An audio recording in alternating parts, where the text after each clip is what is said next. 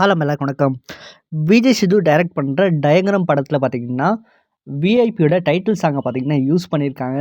And அதுக்கு தனுஷ் பார்த்தீங்கன்னா எந்த காசும் வாங்காமல் ஃப்ரீயாக பார்த்தீங்கன்னா விஜய் சித்துக்காக என்ஓசி பார்த்தீங்கன்னா ஃப்ரீயாக கொடுத்துருக்காரு. அண்ட் இந்த விஷயம் பார்த்தீங்கன்னா இப்போ சோஷியல் மீடியாவில் பயங்கர வைரலாக போயிட்டுருக்கு. ஏன்னா இதுக்கு முன்னாடி என்ஓசி கேட்டு பார்த்தீங்கன்னா நயன்தாரா கிட்ட 10 கோடி கிட்ட பார்த்தீங்கன்னா கேட்டிருந்தாரு.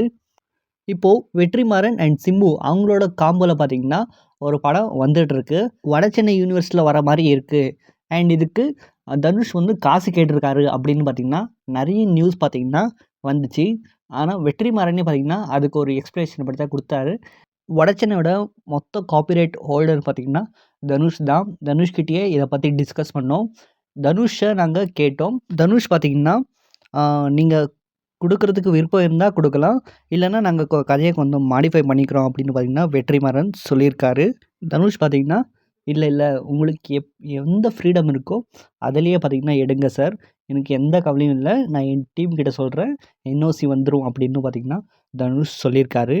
அண்ட் இப்போது விஜய் சித்துக்கு பார்த்தீங்கன்னா ஃப்ரீயாக அந்த சாங்கோட என்ஓசி பார்த்தீங்கன்னா கொடுத்துருக்காரு. அண்ட் தனுஷ் பார்த்தீங்கன்னா நார்மல் பீப்புளுக்கு ஃப்ரீயாக பார்த்தீங்கன்னா என்ஓசி கொடுத்துட்ருக்காரு அப்படின்னு பார்த்தீங்கன்னா அது ஒரு ட்ரெண்டாக பார்த்தீங்கன்னா போயிட்டுருக்கு. இதை பற்றி உங்களோட கருத்துக்களை கமெண்ட் பாக்ஸில் ஷேர் பண்ணுங்கள். வீடியோ பிடிச்ச மறக்காமல் லைக் பண்ணுங்கள். இதே மாதிரி நிறைய வீடியோஸ்க்காக தமிழ் ட்ரெண்டை சப்ஸ்கிரைப் பண்ணுங்கள். தேங்க்யூ.